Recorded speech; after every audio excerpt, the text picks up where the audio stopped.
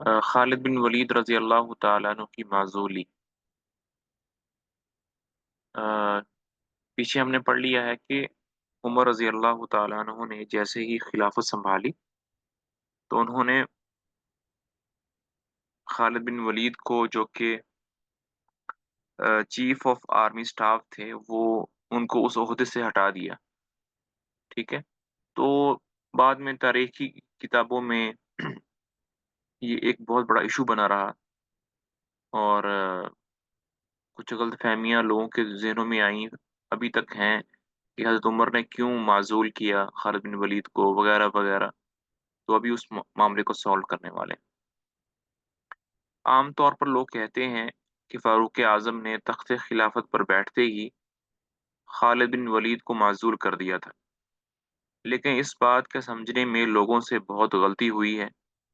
فاروق اعظم نے شروع عہد خلافت میں خالد بن ولید کو حقیقی طور پر معزول نہیں کیا تھا، بلکہ ان کا درجہ کسی قدر کم کیا تھا۔ پہلے خالد بن ولید سپہ سالار اعظم تھے، پہلے وہ چیف آف آرمی سٹاف تھے۔ جتنے بھی لشکر تھے عراق کے اندر، شام کے اندر، وہ سب کو دیکھ رہے تھے۔ فاروق اعظم نے ان کو نائب سپہ سالار اعظم بنا دیا۔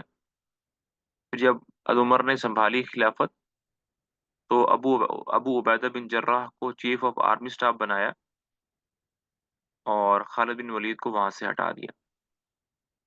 اس ایک درجہ کے ٹوٹنے سے ان کی ذمہ داریوں میں کوئی نمایاں فرق نہ آیا تھا۔ صرف اس بات کی روک تھام ہو گئی تھی کہ وہ آزادانہ طور پر مسلمانوں کی جمعیت کو کسی خطرہ کے مقام میں نہیں لے جا سکتے تھے، اور حضرت ابو عبیدہ کی رضامندی اور اجازت ان کو حاصل کرنا پڑتی تھی۔ خالد بن ولید کی معزولی کا اصل واقعہ سنہ 17 ہجری کے آخری مہینوں میں ہوا، اور اس کی تفصیل اس طرح ہے کہ فاروق اعظم ہر سردار فوج، ہر عامل، ہر حصہ فوج اور ہر شہر کے حال سے باخبر رہتے تھے۔ آپ کے پرچہ نویس ہر فوج اور ہر شہر میں موجود ہوتے تھے، اور بلا کم اوقات ضروری حالات سے خلیفہ وقت کو آگاہ کرتے رہتے تھے۔ حالانکہ ہر ایک عامل اور ہر ایک سردار فوج خود بھی اپنے حالات کی اطلاع دربار خلافت میں بھیجتا رہتا تھا، فاروق اعظم کو ان کے پرچہ نویس نے اطلاع دی کہ خالد بن ولید، جو کہ صوبہ جزیرہ کی فتح سے ابھی واپس ملک شام میں آئے ہیں، اپنے ساتھ بے حد مال و دولت لائے ہیں، اور انہوں نے اپنی مدح کے صلہ میں اشعث بن قیس شاعر کو 10,000 درہم دیے ہیں۔ فاروق اعظم نے حضرت ابو عبیدہ بن جراح کو لکھا کہ خالد سے سر مجلس دریافت کیا جائے کہ تم نے اشعث کو انعام اپنی گرہ سے دیا ہے یا بیت المال سے۔ اگر اپنی گرہ سے دیا ہے تو اسراف ہے، اور بیت المال سے دیا ہے تو خیانت ہے۔ دونوں صورتوں میں معزولی کے قابل ہو۔ خالد کا امامہ اتار کر اسی امامے سے ان کی گردن باندھی جائے۔ قاصد سے فاروق اعظم نے یہ بھی کہہ دیا تھا کہ اگر خالد اپنی غلطی کا اقرار کریں تو ان سے درگزر کیے جائے۔ چنانچہ مجمع عام میں بلائے گئے۔ قاصد نے ان سے پوچھا کہ یہ انعام تم نے کہاں سے دیا ہے؟ خالد نے یہ سن کر خاموش رہے اور اپنی خطا کا اقرار کرنے پر رضامند نہ ہوئے۔ مجبوراً قاصد نے ان کا امامہ اتار کر اسی سے ان کی گردن باندھی، اور پھر دوبارہ دریافت کیا تو خالد نے کہا کہ اشعث کو میں نے اپنے مال سے انعام دیا، بیت المال سے نہیں دیا۔ قاصد نے یہ سنتے ہی گردن کھول دی اور فاروق اعظم کو اس کیفیت کی اطلاع دی۔ فاروق اعظم نے خالد بن ولید کو جواب دہی کے لیے مدینہ منورہ میں طلب فرمایا۔ خالد نے حاضر ہو کر کہا کہ عمر، واللہ تم میرے معاملے میں انصاف نہیں کرتے ہو۔ فاروق اعظم نے کہا تمہارے پاس اتنی دولت کہاں سے آئی، اور اس قدر انعام و صلہ شاعر کو تم نے کہاں سے دیا؟ خالد بن ولید نے کہا کہ مال غنیمت سے جو میرے حصے میں آیا تھا انعام دیا تھا۔ پھر خالد نے کہا کہ اچھا، 60,000 سے جو کچھ زیادہ ہو وہ بیت المال میں جمع کرتا ہوں۔ چنانچہ حساب کرنے پر 20,000 زائد نکلے اور بیت المال میں داخل کر دیے گئے۔ اس کے بعد دونوں حضرات میں صفائی ہو گئی اور کوئی وجہ کدورت باقی نہ رہی۔ خالد بن ولید کے متعلق یہ شکایت شروع سے تھی کہ وہ فوجی حساب کتاب کو صاف نہ کرتے اور مکمل حساب نہ سمجھاتے تھے۔ اس کی وجہ صرف یہ تھی کہ وہ آزادانہ صرف کر دیا کرتے تھے، اور ان کی شاہ خرچیاں اکثر اوقات किसी कायदे के मातहत ना आ सकती थी। इसलिए फारूक आज़म ने उनका एक दर्जा तोड़ दिया और चशम-नुमाई के तौर पर दारुल खिलाफा मुतल्लक़ फरमाकर एक नौ की तंबीह कर दी। अच्छा, इसमें होता ये है कि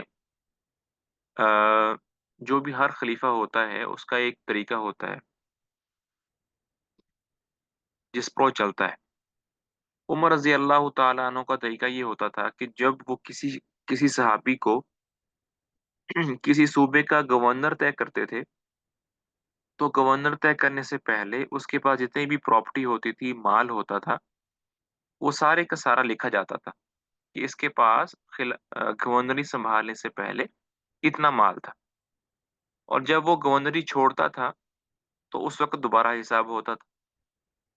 अगर उसकी ज़माना गवर्नरी में माल के अंदर बहुत ज़्यादा इज़ाफ़ा हुआ है, तो फिर उसका हिसाब-किताब होता था और अगर मामूली सा इज़ाफ़ा होता था, तो फिर हिसाब-किताब नहीं होता था।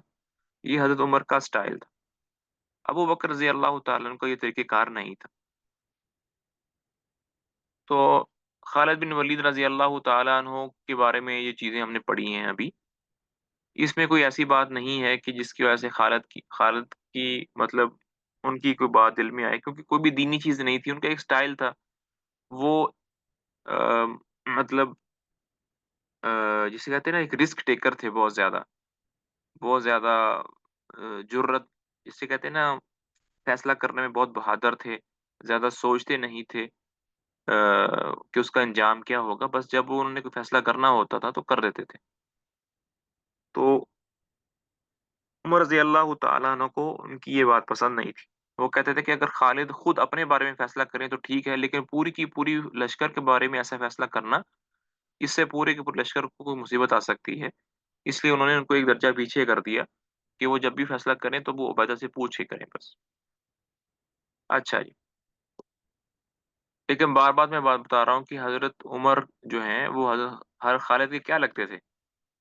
खालिद में और हज़रत उमर में क्या रिश्तेदारी थी आपस में? नहीं पता। हज़रत खालिद जो थे वो बनी मखज़ूम से थे और उमर रज़ी अल्लाह तआला अन्हु बनी अदी से थे, अदी कबीले से थे। हम्म। और बनु मखज़ूम वाले और खालिद की जो वालिदा थी वो बनी मखज़ूम से थी। ननिहाल थे हज़रत खालिद जो थे वो ननिहाल थे, हज़रत उमर के। तो आपस में गहरी रिश्तेदारी थी। लेकिन उमर रज़ी अल्लाह तआला अन्हु इसलिए उन पर सख्ती करते थे, किसी वजह से भी रिश्तेदारी को बीच में नहीं लाते थे। बहरहाल उनकी आपस में जो बातें थी वो ख़त्म हो गई और सफाई हो गई। अच्छा जी, बसरा, कूफ़ा। तो ये दूसरा इस वजह से भी हजरत खालिद बिन वलीद को मजबूर किया गया था। कहीं जगह पे लिखा हुआ है कि क्योंकि कुछ लोगों का ख्याल था कि हर जंग जिस जंग में हजरत खालिद बिन वलीद होते हैं वो जंग जीती जाती है, तो इस तरह उन पे होता है, यानी कि अ, अल्लाह के लिए लड़ा जाए तो तब जीती जी, जाती है। ताकि लोग ये कहें कि अल्लाह की वजह से फ़तह हुई है, खालिद की वजह से नहीं हुई। जी। जी। अच्छा जी, उसके बाद बसरा और कूफ़ा है। बसरा और जो कूफ़ा है ये इराक के 2 बड़े सूबे हैं। इसको पहले देख लेते हैं कि ये कहाँ पर हैं, उसके बाद फिर जो है आगे चलते हैं। कूफ़ा तो है लेकिन बसरा किधर मिलेगा?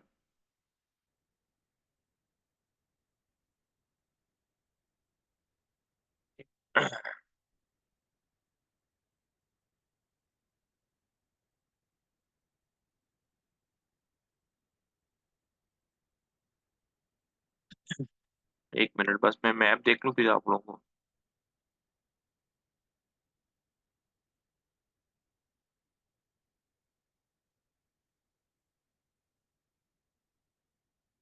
ये बुक में तो मैप्स नहीं है सर, बुक बुक में तो मैप्स नहीं दिए हुए। जी, बुक में नहीं है। अच्छा ठीक है। जब हम लोग पढ़ रहे थे ये 2000 क्या 2006 8-9 में, तो हमें बहुत ज़्यादा कमी महसूस होती थी, तब इंटरनेट भी इतना एडवांस नहीं हुआ था। तो बिल्कुल समझ में नहीं आती थी। तफसीर पढ़ तो रहे थे, लेकिन ऐसा लग रहा था जैसे बस अंधेरे में चल रहे हैं, कुछ भी समझ में नहीं आ रहा। अच्छा जी, यहाँ पर देखें, बसरा और कूफा की बात हो रही है। बसरा और कूफा जो हैं, ये दो शहर हैं, कह लें दो सूबे कह लें, अ, अभी तक हैं। और 1 मिनट में मैप खोल रहा हूँ ताकि आप लोगों को दिखा सकूं।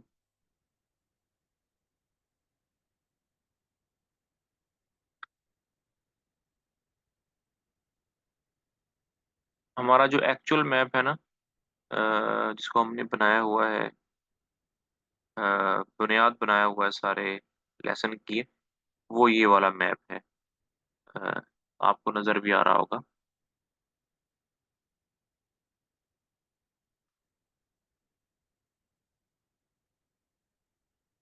जी, नजर आ रहा है मैप आप लोगों को? जी सर। हाँ, जी बसरा जी जो है, नजर आ रहा कूफा जो है, ये वाला एरिया है। और सॉरी, ये कूफा है, इसके नीचे जो है, यहाँ पर आपको बसरा मिलेगा। ठीक हो गया। अब इस मैप के अंदर है नहीं, उसके लिए मैं आपको दूसरा मैप दिखाता हूँ। अ, बसरा और कूफा।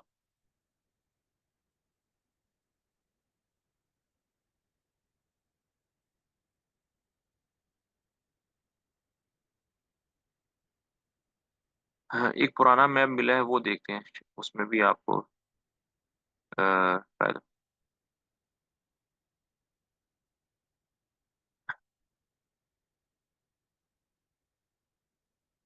जी, मैप नजर आ रहा है आप लोगों को? है। जी जी आ रहा सर। हाँ, मिल गया कूफा बसरा या नहीं मिला? एक मिनट।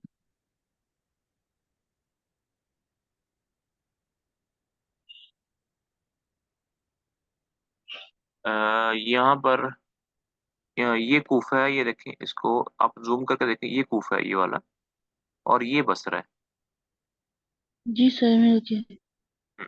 हम्म, और ये सूबा जजीरा है जिसकी बात कर रहे थे।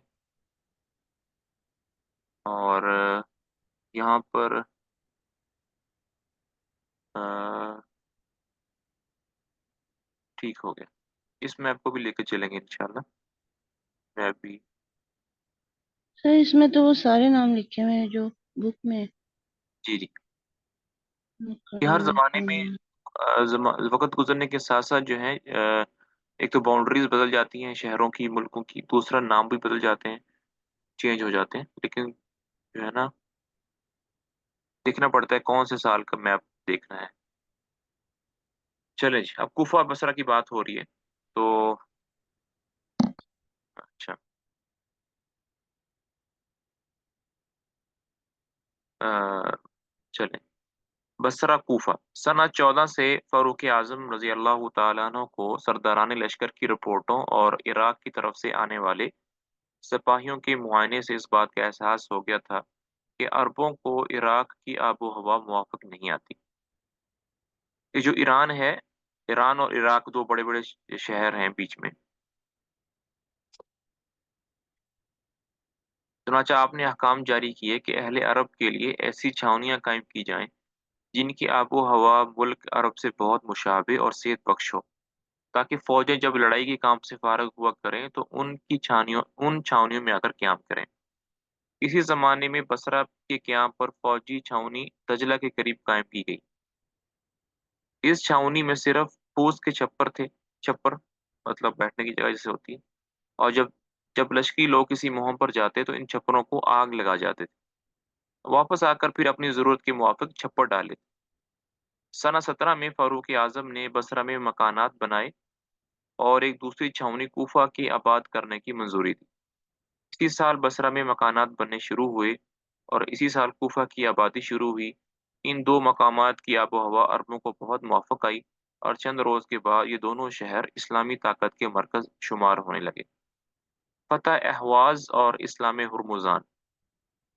अच्छा जी, अब अहवाज को देख लें। हुर्मुजान जो है, ये एक बादशाह था उस इलाके का। अहवाज़ का। अहवाज़ एक सूबे का नाम है जो कि आप लोगों को इंशाल्लाह इस मैप पे मिल जाएगा। अच्छा ये मैप अभी मैं आप लोगों को दिखाने लगा हूँ। जी, मैप नज़र आ जी, नज़र आ रहा है मैप? जी सर। हाँ, ये अहवाज़ है, ये वाला, ठीक है? ये 16 नंबर पॉइंट बनता है, ये वाला 16 पॉइंट, ठीक। अहवाज़, अभी मूवमेंट जो है वो यहाँ से ऐसे हो रही है, ऐसे ऊपर को जाएगा, ठीक है? तो अभी अहवाज़ के अंदर है। ये ग्रीन रंग की मूवमेंट है जो कि हज़रत साद बिन नबी वक़ास के लश्कर की। तो उस ज़माने में जो उसका जो बादशाह था वो हुर्मुज़ान था। ईरानियों का नामी सरदार हुर्मुज़ान जंग कादसिया से फरार होकर सूबा अहवाज़ के दारुस्सदर खूज़ा में आकर इस इलाके के तमाम मुतल्लिका शहर में काबिज़ होकर फ़ौजें जमा करने की कोशिश में मसरूफ़ हुआ और रफ्ता-रफ्ता इस इलाके पर खुद मुख्ताराना हुकूमत करके अपनी हुदूद हुकूमत को वसी करना शुरू किया। कूफा और बसरा की छावनियों से इस्लामी फ़ौज ने इस पर हमला किया और शिकस्त पर शिकस्त देकर सूबा अहवाज़ पर कब्ज़ा कायम करने के लिए जिज़िया देकर मुसलमानों से सुलह कर ली। चंद रोज़ के बाद हुर्मुज़ान ने बगावत इख्तियार की और मकाम सूखे अहवाज़ में इस्लामी फ़ौज से शिकस्त खाकर मकाम राम हुर्मुज़ में जाकर पनाह ली। इस मर्तबा हुर्मुज़ान ने आजिज़ होकर फिर सुलह की दरख्वास्त की और इदाए जिज़िया की शर्त पर मुसलमानों ने बाकी इलाका हुर्मुज़ान के कब्ज़ा छोड़कर उसे फिर सुलह कर ली।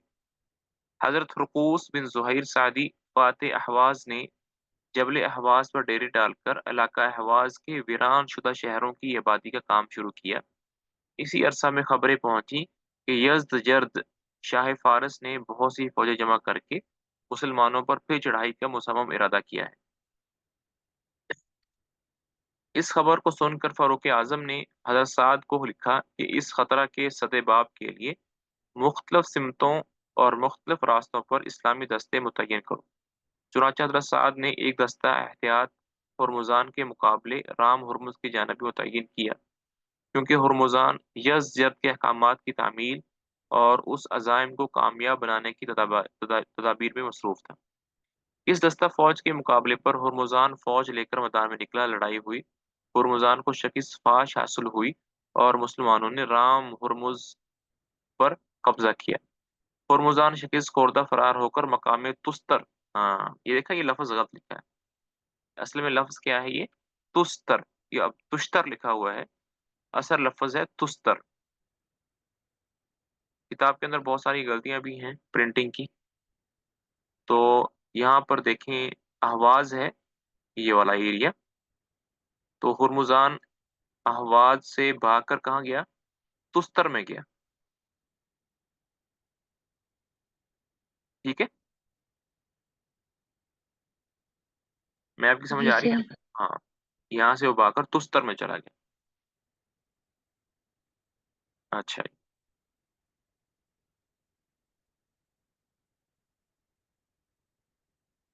तुस्तर पर पहुंचकर मुसलमानों के खिलाफ फौजें जमा करने लगा। तुस्तर के किला की मरम्मत भी करा ली, चारों तरफ खंदक को दुरुस्त कर लिया और बुर्जों की पूरे तौर पर मजबूती कर ली। ईरानी फौजें भी तुस्तर में इसके पास आकर जमा होने लगी। इन हालात से मुत्तले होकर फारूक आजम ने हजरत अबू मूसा अशरी को बसरा की फौज का सरदार बनाकर भेजा। अबू मूसा ने तुस्तर की जानब हरकत के करीब पहुंचकर, हाँ, हरकत यहाँ पर शहर का नाम है, ठीक है? यहाँ वो नहीं है कि हरकत शुरू कर दी, इसलिए इसको कौमा के अंदर बंद किया है। अबू मूसा ने तुस्तर की जानब हरकत के करीब पहुंचकर लड़ाइयों का सिलसिला जारी किया। हर्मुज़ान ने अबुल कई मार्के मैदान में किए, फिर तुस्तर में महसूर होकर मुदाफ़त में मुस्तैद हुआ। बहुत सी लड़ाइयों और हमला आवरी के बाद शहर तुस्तर पर मुसलमानों का कब्जा हो गया। हर्मुज़ान ने तुस्तर के किला में पनाह ली। करीब था कि किला पर भी मुसलमानों का कब्जा हो जाए कि हर्मुज़ान ने अबू मूसा की खिदमत में ये दरख्वास्त भेजी कि मैं अपने आप को इस शर्त पर तुम्हारे सुपुर्द करता हूँ कि मुझे फ़रूख़ आज़म की खिदमत में भेज दिया जाए और मेरे मामले को उन्हीं के फैसले पर छोड़ दिया जाए। अबू मूसा ने उस शर्त को मंजूर कर लिया।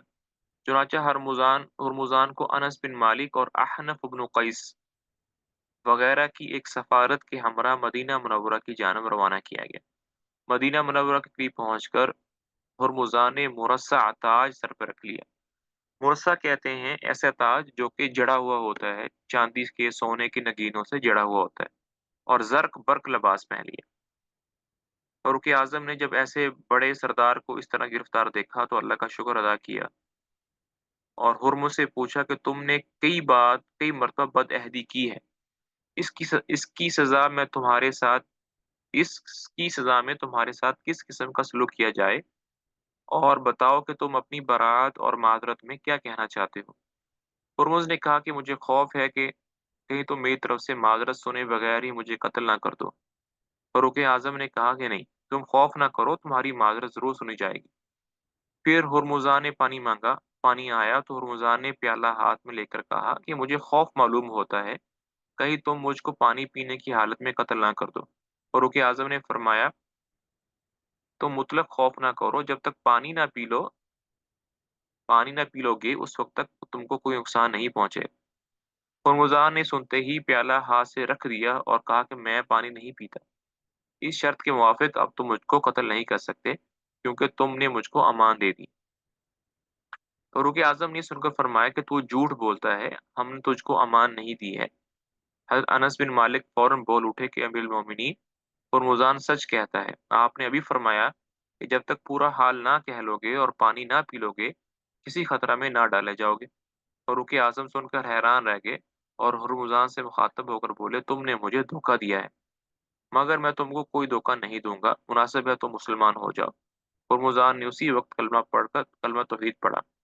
फारूक आजम बहुत खुश हुए। हुर्मुज़ान को मदीने में रहने की जगह दी गई, 2000 सालाना तनख्वाह मुकर्रर कर दी, और इसके बाद मुहम फारिस में अक्सर हुर्मुज़ान से मशवरा लेते रहते थे।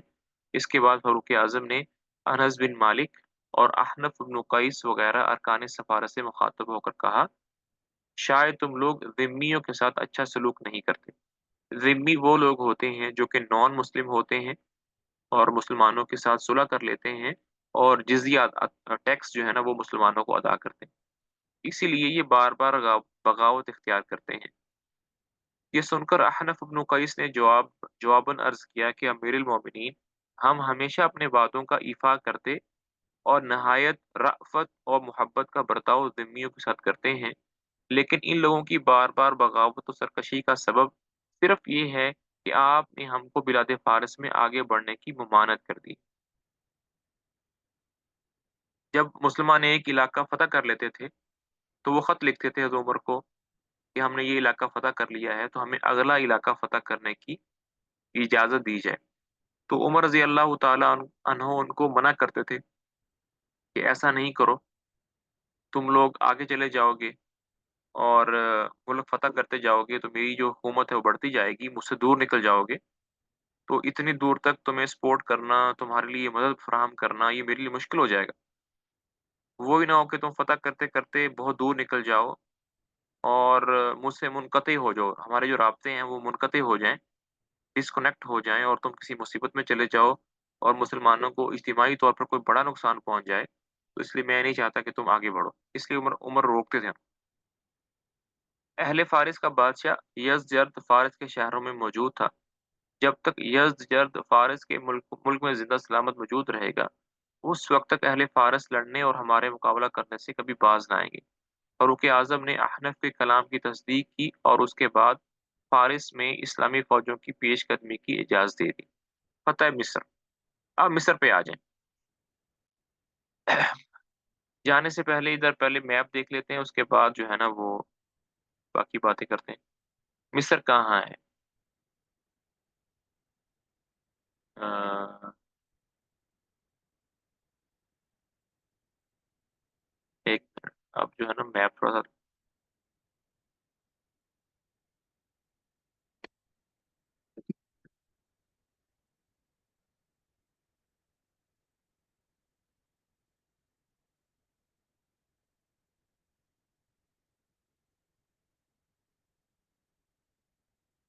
मिस्र जो है उसका पुराना नाम फुस्तात था। फुस्तात। मिस्र का पुराना नाम फुस्तात था। उमर रजी अल्लाह ताला अन्हु के ज़माने में ये फतह हुआ था और अमर बिन आस रजी अल्लाह ताला अन्हु ने इसको फतह किया था।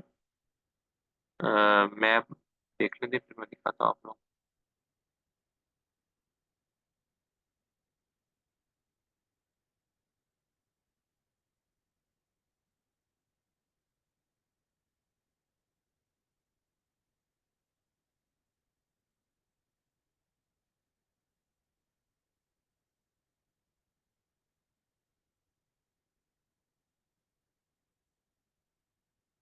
ये एक मैप मिला है लेकिन थोड़ा सा मॉडर्न है, नए ज़मानों का है, लेकिन चलें आप लोगों को आइडिया हो जाएगा कि मिस्र है कहाँ पर।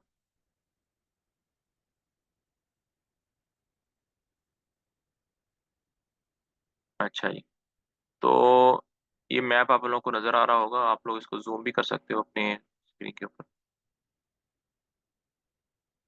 तो ये अल जज़ीरा अरबिया है ये वाला, ठीक हो गया। और ये सूरिया है, ये दिमश्क है। और यहाँ पर ये तकरीबन गज़ा है ये वाला, आज का गज़ा। और ये बैतुल मक़दिस का एरिया है ये वाला। बैतुल मक़दिस के नीचे अगर जाएं तो ये जो ग्रीन रंग का एरिया है, ये वाला ग्रीन रंग का, ये मिस्र है। ज़ाहिर बात है ये थोड़ा सा मॉडर्न एरिया है, इसमें बाउंड्रीज वगैरह बढ़ गई होंगी, नाम चेंज हो गए होंगे, लेकिन यही है। ये जो आपको ब्लू रंग का नजर आ रहा है ये वाला, ये दरिया नील है। अच्छा जी, ठीक हो गया जी। अब मिस्र की बात करते नहीं, मिस्र इजिप्ट में है। हैं। मिस्र का नाम मिस्र इजिप्ट है और वो अफ्रीका में है। मिस्र जो है वो अफ्रीका में आता है। ठीक है, बहरहाल ये जो ये जो ब्राउन रंग का एरिया है, ये वाला ये सारे का सारा शाम के इलाके हैं, सूरिया इसे कहते हैं आज। ये वो इलाके हैं। और उसके बाद अब इसकी बारी आ रही है ग्रीन की। तो मुसलमानों ने, अगर मैं थोड़ा सा इसको समराइज कर दूं, तो सबसे पहले ये वाला जजीरा अरबिया वाइट रंग वाला ये मुसलमान हुआ। उसके बाद ये ऊपर वाले जो एरिए हैं ये इराक के एरिए हैं सारे, ये वाला मुसलमान हुआ। फिर उसके बाद ये वाले जो एरिए हैं ये मुसलमान हुए। ठीक है, अब आगे बात हो रही है यहाँ पर। ठीक है, समझ में आ गई मैप की। जी सर। ये जो यहाँ पर ये जो एरिया है शाम का, इसमें खालिद बिन वलीद हैं, अबू उबैदा बिन जर्राह हैं, ज़ियाद बिन अबी सुफियान हैं, कुरैश के जितने बड़े बड़े नौजवान थे, वो इक्रिमा रजी अल्लाह ताला अन्हु, वो तो शहीद हो गए। अबू सुफियान हैं वगैरह वगैरह, सारे के सारे अभी यहीं पर हैं, उन अपने लश्कर के साथ यहाँ पर। फतह मिस्र, फारूक आजम जब बैतुल मकदिस में तशरीफ ले गए तो अमर बिन आस ने उनसे मिस्र पर फौज कशी की इजाजत हासिल कर ली। चुनांचे फारूक आजम ने हजरत जुबैर बिन अव्वाम को अमर बिन आस की कुम कुम कुम एक लफ्ज है कुम की कुम की होती है पीछे से कोई फौज भेजना मदद करने के लिए, सेकंड फौज थर्ड फौज भेजना उनकी मदद करने के लिए। अमर बिन आस रजी अल्लाह तआला अन्हु 4000 इस्लामी लश्कर लेकर मिस्र की जानब बढ़े। मिस्र के बादशाह मकौकिस, ये लफ्ज मकौकिश नहीं है, मकौकिस है। जिस तरह हर हर एरिया के बादशाह का कोई ना कोई टाइटल होता है, जैसे ईरान वालों का किसरा था, शाम वालों का कैसर था, हिरकल था, इसी तरह मिस्र के बादशाहों का नाम मकौकिस था। मिस्र के बादशाह मकौकिस के पास फारूक आजम की हिदायत के मुवाफिक हज़रत अमर ने 3 शर्तें यानी इस्लाम, जिजिया और जंग लेकर भेजी। ये 3 शर्तें होती हैं। सबसे पहले जब किसी इलाके में जाया जाता है तो सबसे पहले उनको इस्लाम की दावत दी जाती है। अगर वो इस्लाम कबूल कर लें तो ठीक, वरना कहा जाता है कि आप जिजिया दें। और अगर जिजिया भी नहीं दिया जाता तो फिर जंग की जाती है। आजकल मिस्र में रूमी सरदार अर्तुगरुन भी मां अपनी तमाम फौज के मुकीम था। सबसे पहले रूमी सरदार, ये वो सरदार है जो कि रोम की जंग में भाग कर यहाँ पर आ गया था। सबसे पहले अर्तुगरुन ने अपनी फौज लेकर आगे बढ़ा और सख्त मार्का के बाद शिकस्त खाकर भागा। मुसलमानों ने आगे बढ़कर मकाम आइन शम्स का मुहासरा कर लिया और यहाँ से मिस्र की फौजी छावनी हिसार फरमा और اسکندریہ کے محاصرے کے لیے 2 دستے روانہ کیے۔ اسکندریہ جو ہے یہ آج بھی ہے، اور یہ ساحلی سمندر پر آتا ہے، اور الیگزینڈریا کے نام سے مشہور ہے ابھی، الیگزینڈریا کے نام سے مشہور ہے۔ یہاں پر میپ کھول کے دیکھنا بہت ضروری ہے، کیونکہ ورنہ سمجھ میں نہیں آئے گا الیگزینڈریا ہے کہاں پر۔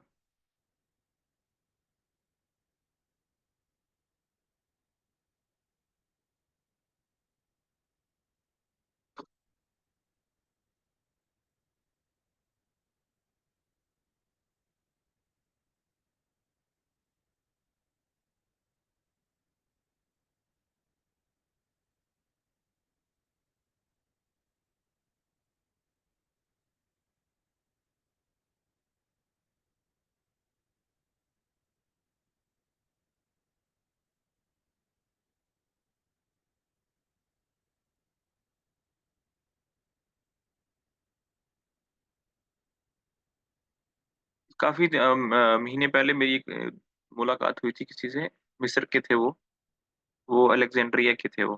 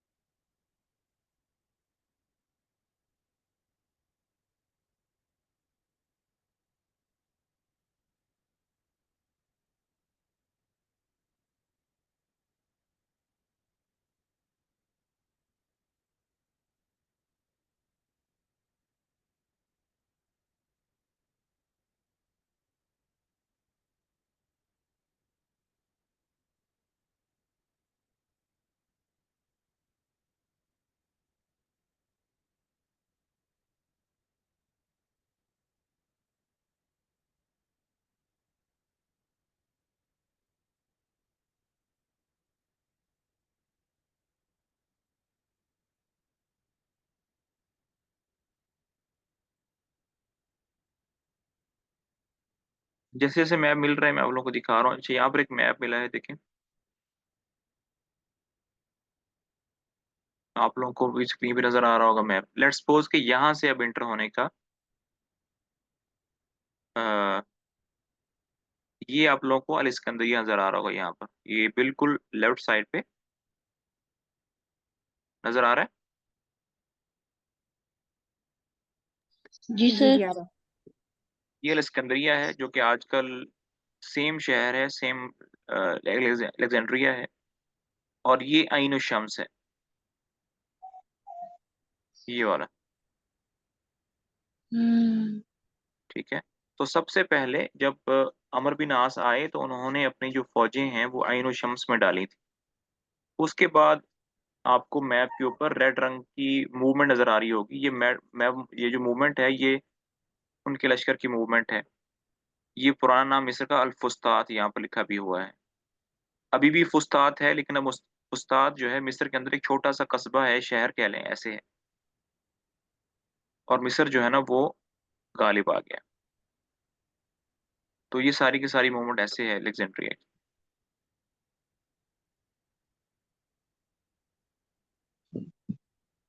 چلیں، اچھا جی، اسکندریہ کے محاصرے کے لیے 2 دستے روانہ کیے۔ تینوں جنگ جگہ چند روز تک لڑائی اور محاصرہ کا سلسلہ جاری رہا۔ بالآخر عین شمس والوں نے جزیہ دے کر صلح کر لی۔ عین شمس میں نے آپ لوگوں کو دکھا دیا ہے۔ صلح کے بعد حضرت عمر بن عاص نے ان کے قیدیوں کے واپس دینے سے انکار کر دیا، جن کو بحالت جنگ اس سے پہلے گرفتار چکے تھے۔ یہ معاملہ فاروق اعظم کی خدمت میں پیش ہوا تو آپ نے عمر بن عاص کو لکھا کہ مصریوں کے تمام قیدیوں کو واپس کر دو۔ اس کے بعد حضرت عمر بن عاص نے حضرت زبیر بن عوام کو سپہ سالار بنا کر مقام فسطاط، یہاں پر کیا لکھا ہوا ہے؟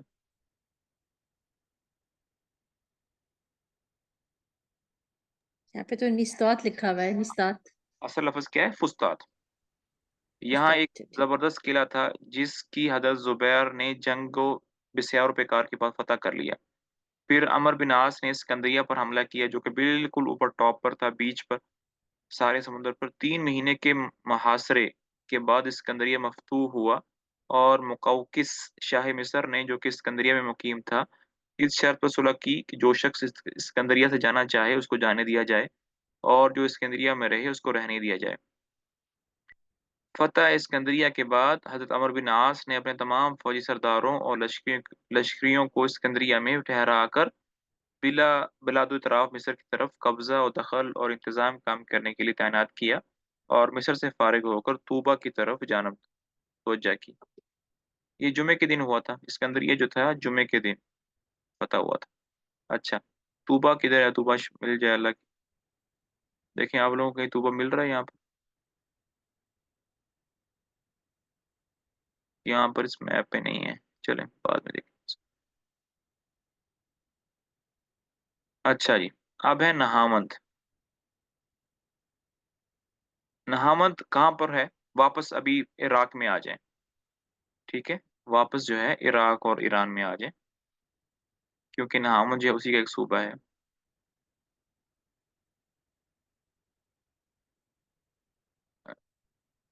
जी, अभी जो मैप नज़र आ रहा है आप लोगों को, ये इराक का और ईरान का नज़र आ रहा है। ये नहामंद है, ये बिल्कुल राइट साइड पे ऊपर टॉप पे, जिसको मैं भी सर्कल कर रहा हूँ, ये नहामंद है। तो अ, तुस्तर तक हमने पढ़ लिया था, हुर्मुजान तुस्तर तक, यहाँ से भी जा सकते हैं। और अभी दो जंगों का जिक्र आएगा, जलौला, इस जंग का, यहाँ से भी जा सकते हैं, ठीक है, यहाँ पर जाके मैच हो जाएंगे। तो कुछ लश्कर जो है वो तुस्तर से आ रहा है ऐसे करके, और कुछ लश्कर जो है जलौला से आ रहा है, और दोनों लश्कर जो है वो क्रीमिसीन के इलाके में जाकर मिलते हैं और फिर वहां से नहामद की तरफ जाते हैं। नहामद उनका एक सूबा है। अगर मैप समझ में आ गया तो इसको थोड़ा पढ़ लेते हैं आगे। फतह मदाइन और जलौला के बाद यज़जर्द मकाम रे में जाकर मुकीम हुआ। ये रे नहीं है, रई है, छोटी यानी। वहां के मिर्बजान मुसम्मा आबान जादुई ने यज़जर्द के क़याम को अपनी हुकूमतों और इख्तियार के मुनाफी देखकर बेवफाई की अलामत का इजहार किया और यज़जर्द रई से रवाना होकर अस्फ़हान चला गया। अस्फ़हान के चंद रोज़ा क़याम के बाद करमान की तरफ आया और फिर वहां से वापस अस्फ़हान में जब मुसलमानों ने सुबह अहवाज़ पर तसर्रुफ़ किया तो यज़जर्द मशरकी ईरान यानी खुरासान के शहर मरू में आकर मुकीम हुआ। अब दो तीन नाम देख ले यहाँ पर, अस्फ़हान, करमान और खुरासान और मरू। एक तो ये मैप ढूंढने भी बड़ा अच्छा जी। किधर है, किधर है, किधर है, किधर? अस्फ़हान।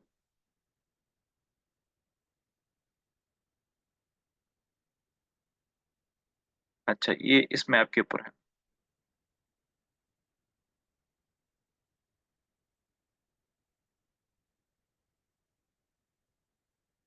जी, नजर आ रहा है मैप?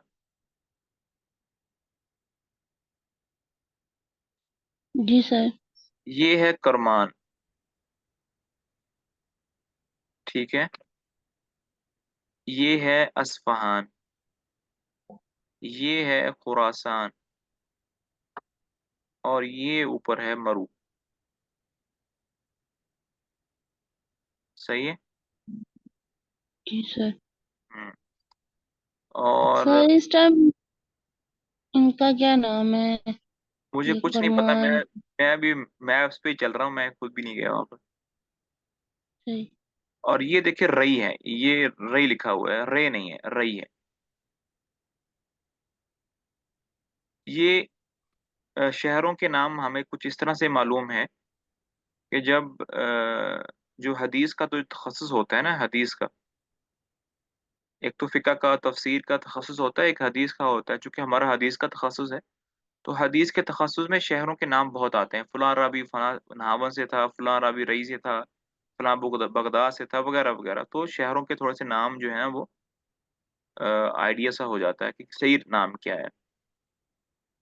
तो सही। हाँ, लेकिन अभी जो है ये देखें, थोड़ा सा ये काबुल है, अफगानिस्तान, ये वाला, ये बदख्शान जो है, ये भी, ये अभी काबुल के अंदर है, अभी अफगानिस्तान के अंदर है।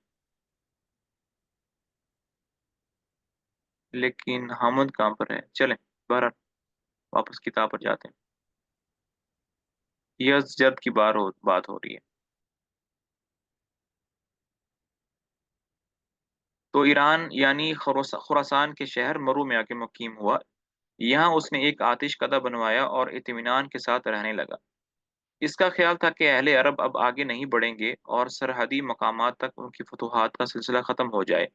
लेकिन अहवाज़ के तमाम कमाल मुसलमानों के कब्ज़े में जाने और हुर्मुज़ान के गिरफ्तार होकर मदीना चले जाने की खबर सुनकर उसको पेश आया और वो फिर एक मरतबा पूरी कुव्वत के साथ मुसलमानों के इस्तीसाल की गर्ज से फ़ौजों की फराहम करने में मसरूफ़ हुआ। उसने अतराफ़ व जवानब की उमरा को खतूत लिखे और मुसलमानों के मुकाबले के लिए गैरतें दिलाकर आमादा मुस्तैद किया। चुनांचे यज़जर्द, ये यज़ीद जर्द लिखा हुआ है, ये यज़जर्द है, कि इन कोशिशों के नतीजे में यकायक तबरुस्तान, जुर्जान, खुरासान, अस्फ़हान, हमदान, सिंध वगैरह मुल्कों और सूबों में मुसलमानों के खिलाफ सख्त जोश और मुस्तैदी पैदा हुई और जोक दर जोक लश्करी लोग यज़दजर्द की खिदमत में आकर जमा होने लगे। अच्छा, ये जो सूबों के नाम अभी बताए जा रहे हैं, ये तबरस्तान, जुर्जान, ये आपस में एक-दूसरे के साथ मिले हुए हैं। ये सिंध जो है ना, ये गलत लिखा हुआ है, ये सिंध ऐसे नहीं है। ये सिंध जो है ना, ये लिखने में ऐसे है, ठीक है? सिंध। ये कौन सा वाला सीन है सर? हाँ, ये सिंध क्या है? ये सिंध जो है, मैंने पहले भी बताया था कि ये जो इंडिया, पाकिस्तान और नेपाल सॉरी, ये क्या है, बांग्लादेश है, इसकी 2 बड़ी तक़सीमें होती थी, सिंध और हिंद, बस। ये कराची से लेकर दिल्ली तक शायद इसको सिंध कहते थे और दिल्ली से लेकर ऑनवर्ड जो इंडिया है उसको हिंद कहते थे। मतलब ये जो हमारा बीच का है ना, आप लोगों का कह लें मुल्तान, कह लें लाहौर, कह लें, और पीछे कराची चले जाएँ, ये सारे के सारे इलाके जो हैं इनको सिंध कहते थे। सिंध जो आजकल है, जो लिखा हुआ है, ये वाला नहीं, सिंध जो मैंने लिखा है, ये वाला, सिंध। यानी इंडिया पाकिस्तान नहीं था, ये सिंध और वो हिंद था। इंडिया पाकिस्तान तो 47 में बना है ना। हाँ, उससे पहले ये सिंध और हिंद था। हाँ, उससे पहले इस पूरे खित्ते की सिर्फ 2 ही बड़ी तक़सीमें थीं, सिंध और हिंद। एक बादशाह सिंध का हुआ करता था, एक बादशाह हिंद का हुआ करता था, ठीक है? मोहम्मद बिन कासिम वो सिंध में आए थे, यानी पाकिस्तान में आए थे, और फिर वो हिंद की तरफ बढ़े थे। तो वहाँ तक की फ़ौजें जो हैं ना, वो अ, बढ़ी हैं। ये सिंध इसलिए बता रहा हूँ कि सहाबा जो हैं, आगे जब हम पढ़े जाएँगे तो फिर सहाबा सिंध के अंदर भी आए थे। ये जो उमवी लोग हैं, बनु उमय्या के जो लोग हैं, ये सिंध तक आए थे और फिर इंडिया में भी थे। अभी भी मिलेंगे आपको, उस्मानी, फारूकी, सदीकी वगैरह, वगैरह। तो इसलिए अपने नर्व्स जो है ना, ये अच्छे तरीके से साफ़ करें ताकि पता चले कहाँ तक पहुँच। तो सब लोग वहाँ का जमा होने लगे। यज़जर्द ने फ़ैरोज़ और बकौल दीगर मरवान ने शाह को सिपहसालार बनाकर 1.5 लाख लश्कर जर्रार के साथ नहावन की तरफ रवाना किया। अब वो मरू से नहावन की तरफ जो बिल्कुल टॉप पर है, वहाँ चला गया। यहाँ पर 1.5 लाख का लश्कर जमा हो रहा था। वहाँ मदीना मुनव्वरा में फ़ारूक आज़म बिलादे ईरान में पेशकदमी की इजाज़त मुसलमानों को दे चुके थे। इन्हीं अय्याम में मदीना के अंदर खबर पहुँची कि 1.5 लाख का लश्कर नहावंद में ईरानियों का जमा हो गया। फ़ारूक आज़म ने इस लश्कर के मुकाबले के लिए खुद जाने का इरादा किया, लेकिन हज़रत अली, उस्मान गनी, तलहा ने फ़ारूक आज़म के जाने को मुनासिब न समझकर इस राय से इख्तिलाफ़ किया। फ़ारूक आज़म ने इन बुज़ुर्गों की राय को मंज़ूर करके कूफ़ा की अफ़वाज का सिपहसालार नुमान बिन मिक्रन को मुकर्रर करके हुक्म दिया कि कूफ़े के करीब किसी चश्मा पर जाकर क़याम करो। इन अय्याम में हज़रत साद बिन अबी वक़ास को फ़ारूक आज़म ने मदीना मुनव्वरा में अपने पास बुलवाया था। वो फ़ारूक आज़म की, हाँ, यहाँ पर ये बता दूँ कि जो ईरान के अंदर जो फ़ौजें लड़ रही थीं, उनके चीफ़ ऑफ़ आर्मी स्टाफ़ साद बिन अबी वक़ास थे। रूम के अंदर जो फ़ौजें लड़ रही थीं, उनके chief of army staff Abu Ubaidah bin Jarrah थे। तो फ़ारूक आज़म ने उनको साद बिन अबी वक़ास को मदीने बुलवाया था और उनकी जगह चीफ़ ऑफ़ आर्मी स्टाफ़, ये चीफ़ ऑफ़ आर्मी स्टाफ़ मैं इसलिए बता रहा हूँ कि सिपहसालार, ताकि समझ में आए कि उसके इख्तियारात क्या होते हैं। तो चीफ़ ऑफ़ आर्मी स्टाफ़ के पास हर तरह का इख्तियार होता है। तो नुमान बिन मिक्रन को बनाया था उनकी जगह पे। वो फ़ारूक आज़म की खिदमत में हाज़िर थे। उनसे दरियाफ़्त किया गया कि तुम कूफ़ा में किसको अपना कायम मकाम बनाकर आए हो? उन्होंने अर्ज किया कि अब्दुल्ला बिन उतबान को। फरूक आजम ने अब्दुल्ला बिन उतबान को लिखकर भेजा कि कूफा की अफवाज को नुमान बिन मिक्रम के साथ रवाना कर दो और फलां चश्मा पर नुमान बिन मिक्रम के पास भेज दो। उन्होंने इस हुक्म की तामील की। हुज़ैफा बिन यमान और नुईम बिन मिक्रम की हमवा फौज मुरतब करके रवाना कर दी। साथ ही अहवाज की मुकीम अफवाज को लिखा कि फारिस और स्वाहान की नाकाबंदी करो ताकि अहले नहामद को ईरानी अमदाद ना पहुंच सके। अब यहाँ पर बेहतर मालूम होता है, थोड़ा मैप देख लें कि मूवमेंट कैसे हो रही है। इसी मैप को खोल लेते हैं। तो मुसलमानों की जो फौजें हैं वो कहाँ पर हैं? यहाँ पर कूफा में है और बसरा में है। यहाँ पर दो बड़ी छावनियाँ मुसलमानों ने कायम की हैं, क्योंकि यहाँ की आबो हवा जो है वो मिलती है किसे? अरब के आबो हवा से, वो वहाँ पर रुके हुए हैं। तो यहाँ पर दो छावनियाँ हैं। और अहवाज कहाँ पर है? अहवाज आप लोगों को मिलेगा, अल्लाह भला करे, अहवाज मिलेगा कुछ इस एरिया में जाके। हरात नहीं, ये मैप नहीं, ये वाला मैप।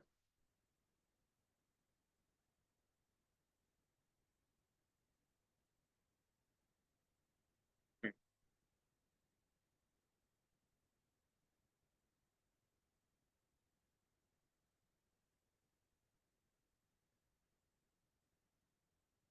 जी मैप नजर आ रहा है आप लोगों को? जी हाँ, बहुत बड़ा, अच्छा, साफ। चलें, तो अभी यहाँ पर कूफा में है, यहाँ पर मुसलमानों की एक छावनी है और नीचे यहाँ पर बसरा होगा जो नज़र नहीं आ रहा फिलहाल, लेकिन यहाँ पर होगा। तो मुसलमानों की दो छावनी यहाँ पर हैं, एक छावनी हवाज के अंदर है। तो अभी यज़र जो है वो 1 लाख 1.5 लाख का जो लश्कर है वो यहाँ नहावंद में लेकर मुकीम है, बिल्कुल टॉप पर।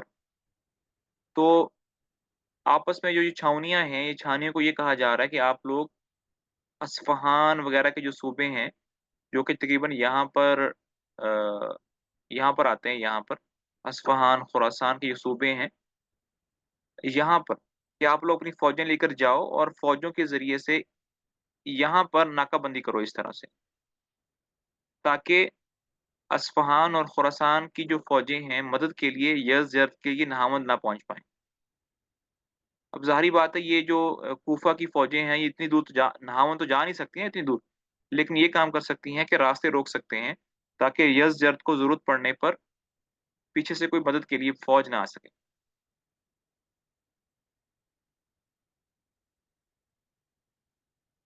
अच्छा जी। साथ ही अहवाज़ की मुकीम अफ़वाज को भेजा कि फ़ारिस और इस्फ़हान की नाकाबंदी करो ताकि अहले नहावंद को ईरानी इमदाद ना पहुँच सके। नुमान बिन मिक्रन के पास जब फ़ौजें जमा हो गईं तो उन्होंने अपने भाई नईम बिन मिक्रन को मुक़द्दिमतुल जैश का अफ़सर मुकर्रर किया और मईमना हुज़ैफ़ा इब्न यमान को दिया। मैसरा सुवैद इब्न मिक्रन के पास सुपुर्द किया और प्यादा पर काका को और साका पर मुजाशे बिन मसूद को मुतय्यन मामूर किया। ये लश्कर की तक़सीम हो रही है, हर एक को ड्यूटीज़ मिल रही हैं, राइट साइड पे कौन रहेगा, लेफ्ट साइड पे कौन रहेगा। इस तमाम इस्लामी लश्कर की तादाद 30,000 थी। नहावंद उनके लश्कर की 1.5 लाख थी, यहाँ 30,000 थी। कूफा से रवाना होकर ये लश्कर नहावंद की तरफ बराबर बढ़ता चला गया और वहां से 9 मील के फासले पर क़याम किया। इधर से ईरानी लश्कर भी, जिसकी तादाद 1.5 लाख थी, मैदान में निकल आया। चहा चहार शंबा, ये क्या दिन बनता है चहार शंबा? ये मंगल बनता है मेरे ख्याल में ना, नहीं बुधवार। बुधवार बनता है, वेडनेसडे बनता है। हाँ हाँ वेडनेसडे। ठीक है, चार शंबा जो है ये बुध बनता है। चार शंबा के रोज लड़ाई शुरू होकर जुमारात तक जारी रही और कोई फैसला फतह और शिकस्त का ना हो सका। जुमा के रोज से ईरानी फिर शहर और शहर पनाह के अंदर चले गए। उन्होंने शहर के बाहर लोहे के गोगर पिछार पिछार रखे थे, जिनकी वजह से इस्लामी लश्कर शहर की फसील के करीब ही नहीं जा सकते थे और ईरानी जब चाहते दरवाजों से निकलकर मुसलमानों पर हमलावर होते। ये रंग देखकर नुमान ने सरदार राने लश्कर को अपने खेमे में बगरज मशवरा तलब किया और हर एक से लड़ाई के मुतल्लिक राय ली। हजरत तुलैहा बिन खालिद की राय सबको पसंद आई और उसी के मुवाफिक इस्लामी फौज मुरतब और मुसल्लह होकर 6-7 मील शहर से पीछे हटकर मुकीम हुई और काका थोड़ी सी फौज लेकर शहर वालों पर हमलावर हुए। ईरानी इसी थोड़ी सी फौज को हमलावर देकर बड़े जोशो खरोश के साथ बाहर निकल आए। हजरत काका ने ईरानियों का मुकाबला करते हुए आहिस्ता आहिस्ता पीछे हटना शुरू किया। ईरानी फतह की खुशी में उनकी जमीयत को दबाते हुए आगे बढ़ते चले आए, यहाँ तक कि अपनी खंदकों वगैरह से भी बहुत फासले पर आकर इस्लामी ताज़ा दम फौज के जिद में आ गए। नोमान बिन मिक्रम उनके साथ तमाम इस्लामी लश्कर ने नारा तकबीर के साथ यकायक हमला किया तो ईरानी लश्कर नहायत बेसरो-सामानी के साथ भागा।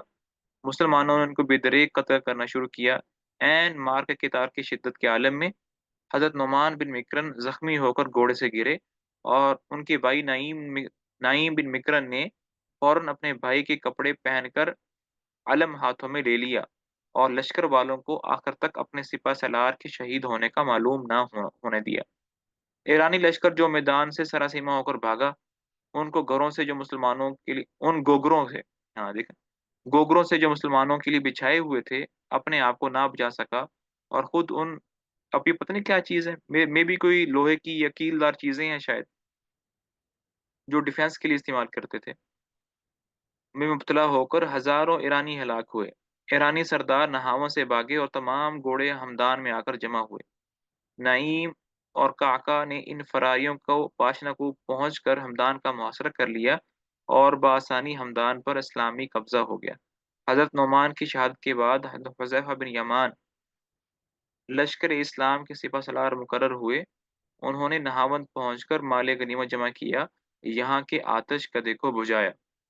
एक मुअब्बद ने हज़रत हुज़ैफा की खिदमत में हाज़िर होकर पेश कीमत जवाहरात का एक संदूकचा जो उसके पास शाही अमानत के तौर पर रखा था पेश किया।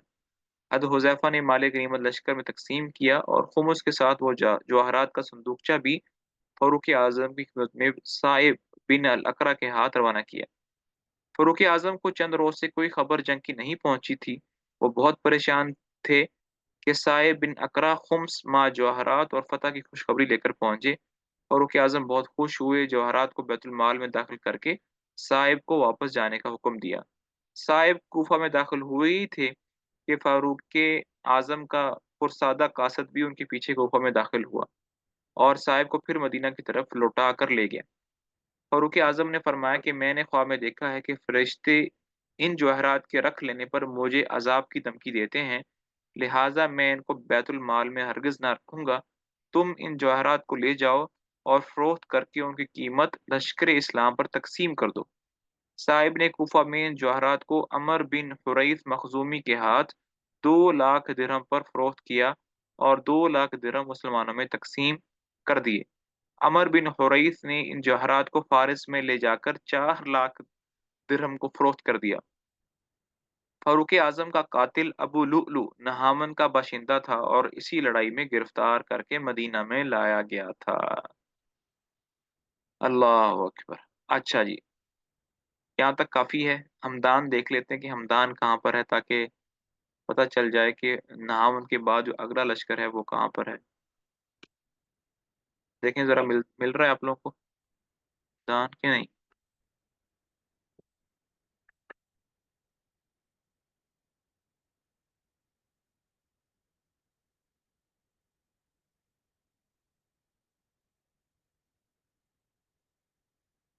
ये जो ग्रीन ग्रीन जो लाइन है इस पे देखिए हमदान मिल रहा है आप लोगों को? नहीं है शायद।